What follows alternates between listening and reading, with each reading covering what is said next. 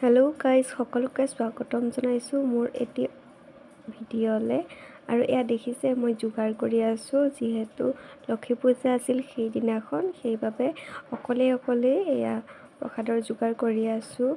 দিনটো এনেকৈয়ে গ'ল, ছোৱালীৰ লগত অকলে লাগি প্ৰসাদ পায়স বনাই আজৰি হৈছোঁ। আৰু এয়া থাপনাত চাকি জ্বলাব লৈছোঁ মই এতিয়া, আৰু ছোৱালীক অলপ থৈ আহিছোঁ।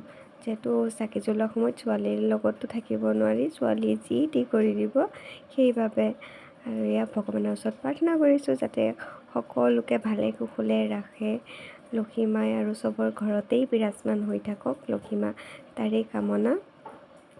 এয়া দেখিছে নহয়, মই প্ৰসাদ চব আগবঢ়াই এয়া ছোৱালীক লৈ আনিছোঁ সেৱা কৰিবলৈ। তাই যে কিমান যে দুষ্ট হৈছে নহয়, আজিকালি হাতটো মানে ক'তো ভালকৈ নাৰাখেই, চব বস্তু টানা-টানি কৰি থাকোঁতেই যায়।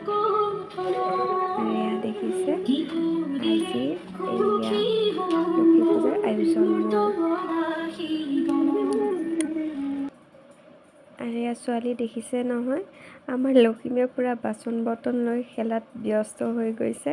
তাই যি খুজিছে তাকেই দিছোঁ, আৰু উপায় নাই, নহ'লে নোৱাৰি। বহুত দুষ্ট হৈ গৈছে, দেখিছেনে? কান্দি থাকিলেও নাহে তাই মানে যি মন তাকেই কৰিব লাগিব, নহ'লে মায়ে কান্দি দিব তাই। তেনেকুৱা ধৰণৰ হৈ গৈছে এতিয়া। যিহেতু অকলে অলপ কষ্ট তেওঁ, আৰু উপায় নাই দিয়কচোন।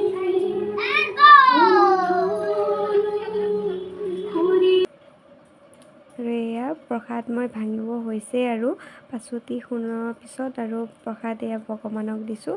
তাৰপিছত আৰু চবকে অলপকৈ প্ৰসাদ বিতৰণ কৰিম আস্তিকে। এয়া আজি বনাইছিলোঁ মই পায়স আৰু প্ৰসাদ।